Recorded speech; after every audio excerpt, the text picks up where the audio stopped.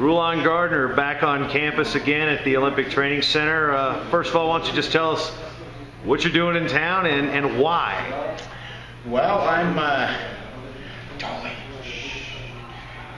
Hey, Dolly.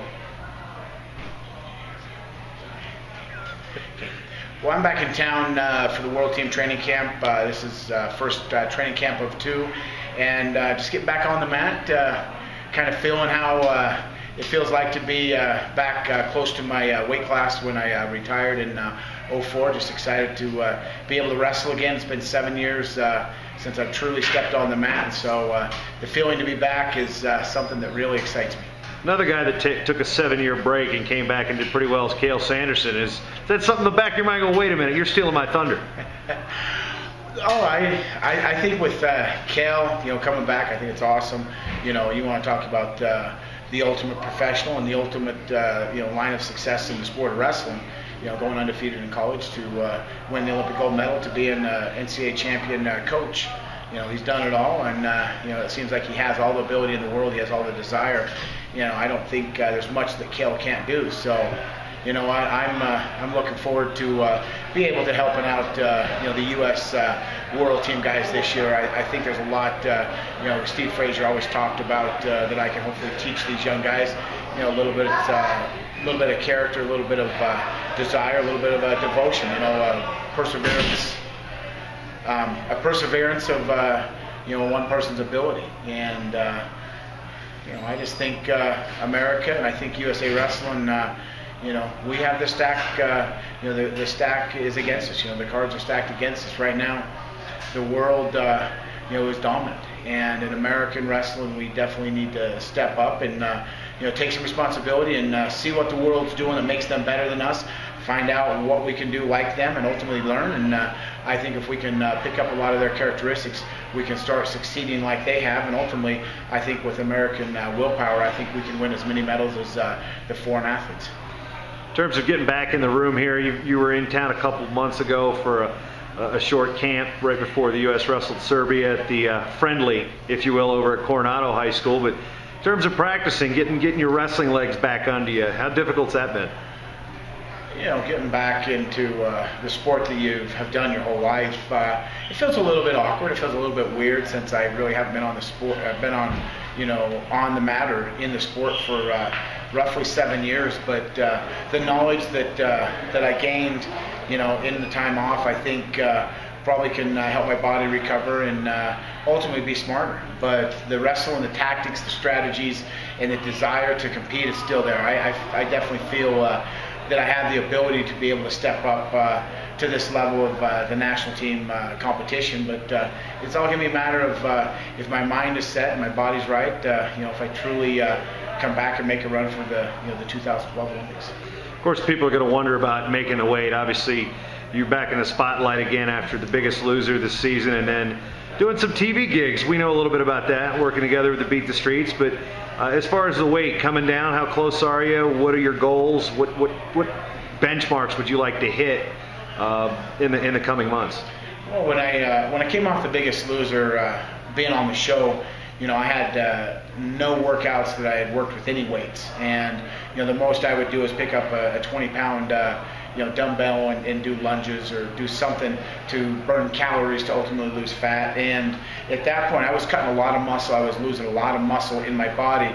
And since I left the show, I realized my biggest weakness is my strength. And I had opportunity to walk on the mat with Byers and with the rest of the World Team members, and ultimately here in Colorado Springs this week, we've got the world out here. And you have the Turks are here, the Germans are here, the Finnish team's here. There's so many great heavyweights here. I realized that I got to make up for lost time in the weight room. And so for me, the last 2 months, I've really focused on putting some of my mass back on, some of my weight back on, and I need to start really thinking about eating smarter again and trying to lose the fat but not lose the muscle at the same time. Had a chance to work out on the mat a bit in a very jammed and very hot wrestling room. Does that bring back positive memories? A lot of wrestlers are like, I don't want to do this again. You're back on there. You seem to be enjoying every second of it. There was one moment today where I stood on the mat and I'm like, what am I doing? I'm crazy. It's been roughly 7 years since. Yeah, I mean, right back there. You're on the wall right there. There's Frazier jumping up in the air. Yeah. A couple pictures. You always appreciate it when you come back, right? I am. It's good to be recognized, and it's good to walk in and have all the other wrestlers from America and then ultimately from the world recognize you, shake your hand, greet you, and just say it's good to see you. That always means so much, to me, and I think it matters to everybody that the sport of wrestling has so much compassion. When people come back into the sport, even if they've been absent for a few years, people still welcome them in, and being back on the mat today. I think today people got a little rude awakening that maybe I've been out for 7 years, but the fire's still there, and the mindset is still there. I think it's ultimately going to come down to if it's truly what's in my heart, and that's been the most interesting point of looking at coming back, is figuring out is this the path I need to go, or do I truly try to get down and get as healthy as I can, but I have to think about overall my health, and my sister being a cardiologist, she has one vote, and that's to become as healthy as possible, because I do turn 40 this year, and that's going to be a benchmark where I want to really put my foot down and really move forward in life, and start to turn a direction. And I think maybe wrestling has a big part of that in the future, and show a lot of people in America and then ultimately in the wrestling community that there's nothing you can't do if you don't put your mind to it. You've kind of alluded to this a little bit. I guess this is kind of a loaded question, but schedules, you've talked comeback, you haven't officially announced anything. Any little birds out there that maybe should be chirping to let people know when you might actually put the shoes back on officially? Well, for me, it's kind of weird talking about competing again, because for the longest time, I wasn't even on the mat. I really kind of wanted to step back, and me stepping back, I lost a lot of my identity. And now being back in the sport, I feel like I have a family again that really cares about me, and having the national team coaches and having all that support is amazing. But to be able to maybe compete, I definitely feel that my heart would have to be in at 100%. And talking to my wife and talking to the people that really matter, and that's my family and the people that I'm close to.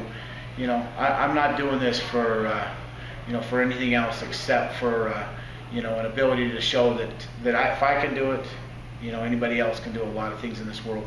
I went from 474 pounds to back to close to my Olympic weight, and ultimately to make the Olympic team. That's a pretty big milestone. And for me, I look at it as challenges in life, but also knowledge gained. And I really see that I've gained a lot in the last 7 years, and I've lost a lot. And ultimately, the ability to be able to get back on the mat would be something truly special. And I think the closer we get after seeing how Byers does at the Worlds this year, and seeing how my body reacts, and if I stay healthy, I think there's a real good possibility I may be back on the mat for competition, and ultimately try to put the best Olympian from America on the mat next year.